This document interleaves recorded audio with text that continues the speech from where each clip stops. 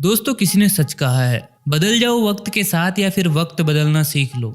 मजबूरियों को मत कोसो, हर हाल में चलना सीख लो। और कुछ ऐसी ही सच्ची कहानी लेकर आ रहे हैं हम इस बार गंगूबाई काठियावाड़ी की, जिसे ना चाहते हुए भी वेश्यावृत्ति के धंधे में धकेला गया। जब वो इस दलदल से नहीं निकल पाई, इसी दलदल की बेताज बादशाह बन गई, जिसने बाद में अपनी तरह की कई लड़कियों की जान बचाई और उन्हें सुरक्षित वापस अपने घर भी पहुंचाया। आज हम बात करने जा रहे हैं उस औरत की जिसने भारत में सेक्स वर्कर्स के लिए नियम बनवाए। उसी शख्सियत पर संजय लीला भंसाली ने फिल्म बनाई है और आलिया भट्ट ने वह किरदार निभाया है। दोस्तों, आज के इस वीडियो में हम बात करने जा रहे हैं उस 16 साल की लड़की की जो गुजरात से निकलकर मुंबई पर राज करने लगी थी। आज हम दास्तान सुनाने जा रहे हैं उस लड़की की जिसने मौका मिलने पर भारत के प्रधानमंत्री की भी बोलती बंद कर दी थी। दोस्तों, वीडियो शुरू करने से पहले आप सभी से रिक्वेस्ट है कि चैनल को जरूर सब्सक्राइब कीजिए और ये बेल आइकन दबाना ना भूलें ताकि नए आने वाले वीडियोस आपको सबसे पहले मिले। दोस्तों, इस कहानी की शुरुआत होती है 1939 गुजरात के एक गांव काठियावाड़ से। वहां के एक संपन्न परिवार में एक लड़की का जन्म हुआ। नाम रखा गया गंगा।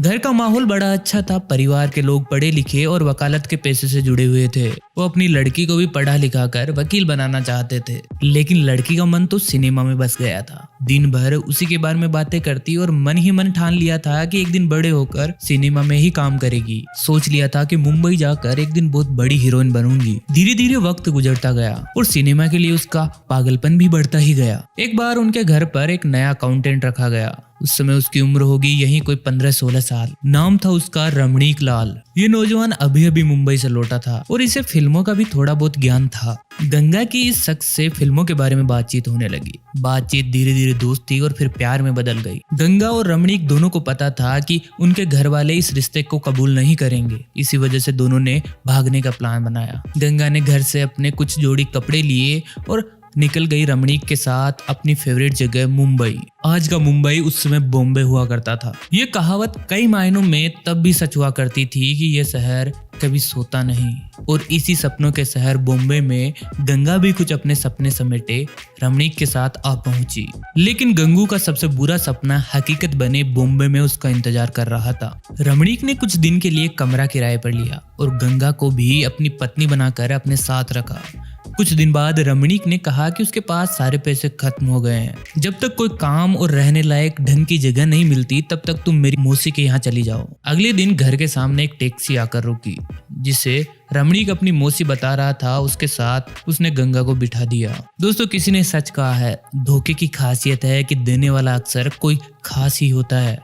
गंगा इस बात से बेखबर थी कि जिसे वो अपना सब कुछ मान, अपना घर परिवार, जमीन जायदाद, सारी सुख संपदा छोड़कर आई थी, उसी 2 कौड़ी के इंसान ने उसे मात्र 500 रुपए में कोठे पर बेच डाला था। टैक्सी में सवार गंगा मुंबई के रिहायशी इलाके से निकलकर मुंबई के सबसे बड़े रेड लाइट एरिया कामाठीपुरा पहुंच चुकी थी, जहां पर पहुंचने वाली लड़कियां पैसे वालों की जिस्म की प्यास बुझाती थी, जहां रहने वाली लड़कियों की कोई जात धर्म नहीं रह जाती थी, बस रह जाता था एक उपनाम, वेश्या। जब गंगा असलियत से 2-4 हुई तो उसने बहुत चीख पुकार मचाई, लेकिन उसकी चीखें सुनने वाला कोई नहीं था। उसकी तरह की ढेरों लड़कियां यहाँ रोज आती थी और उनकी चीखें भी कोठों की बदबूदार दीवारों में हमेशा के लिए समा जाती थी। जब चीख पुकार कर गंगा थक गई तो उसे हालातों से समझौता करना ही पड़ा। गंगा इस बात से भी भली भांति परिचित थी कि वो अपने गांव काठियावाड़ अब वापस लौट नहीं सकती थी। भागकर जो आई थी तो उसके परिवार वाले भी उसे स्वीकार करने से रहे, और अगर पता चला कि वेश्यालय से लौटी है तो न जाने क्या होगा।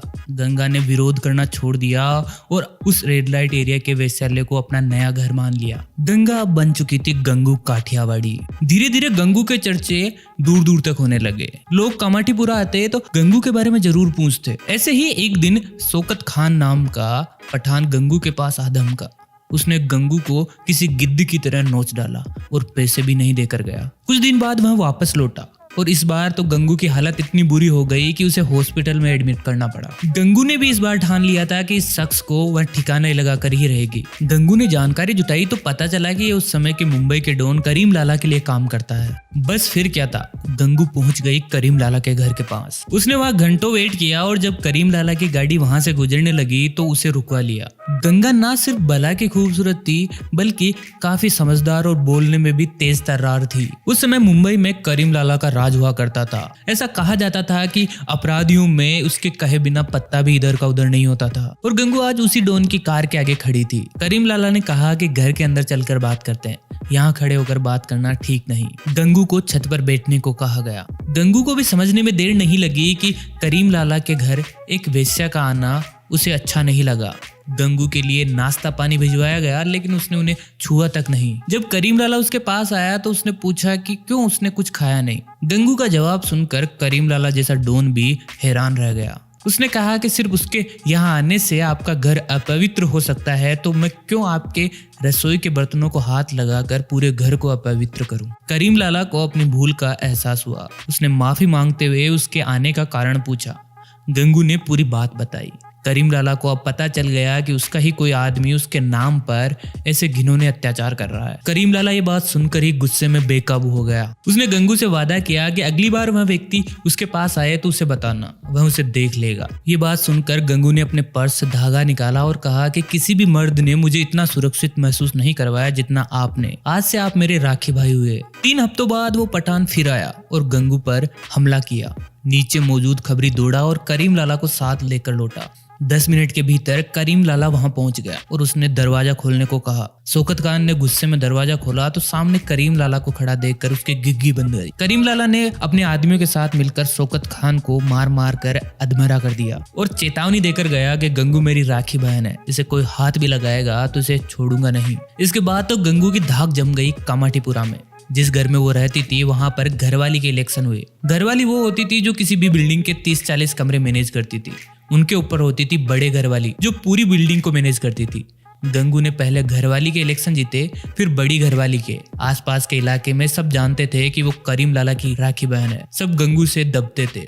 गंगू का दबदबा बढ़ा। नाम कोठेवाली का ब्रंश काठेवाली जुड़ गया। अब गंगा गंगूबाई काठेवाली के नाम से मशहूर हो गई। वो गैंगस्टर नहीं थी, वो अंडरवर्ल्ड का हिस्सा भी नहीं थी, लेकिन ऐसे धंधे में थी जिसे नीची नजरों से देखा जाता था। जैसे जैसे वक्त गुजरा वो कामाठीपुरा रेड लाइट एरिया की प्रमुख बन गई। इस तरह मैं पहले गंगा, फिर गंगू और गंगू से मैडम बन गई। 1960 और 70 के दशक में गंगूबाई का कामाठीपुरा में काफी नाम रहा। वो अन्य सेक्स वर्कर्स के लिए माँ की तरह थी। उन्होंने कोठा चलाने वाली मेडमों का प्रभाव खत्म कर दिया। गंगूबाई सुनहरे किनारे वाली सफेद साड़ी, सुनहरे बटन वाला ब्लाउज और सुनहरा चश्मा भी पहनती थी। वो कार से चला करती थी। उन्हें सोने से बनी चीजें पहनने का बहुत शौक था। बचपन में उनका सपना अभिनेत्री बनने का था। बाद के सालों में भी फिल्मी दुनिया में उनकी दिलचस्पी बनी रही। उन्होंने ऐसी कई लड़कियों को घर वापस भेजने में मदद की जिन्हें धोखा देकर वेश्यालयों में बेचा गया था। वो इस काम से जुड़ी महिलाओं की सुरक्षा के लिए काफी सजग थी। उन्होंने उन महिलाओं के साथ हुए अन्याय के खिलाफ आवाज उठाई और उन लोगों के खिलाफ भी कदम उठाए जिन्होंने इन महिलाओं का शोषण किया। उनका एक और किस्सा बेहद ही प्रसिद्ध है। 1960 के दशक में कामाठीपुरा में saint Anthony girls high school शुरू हुआ।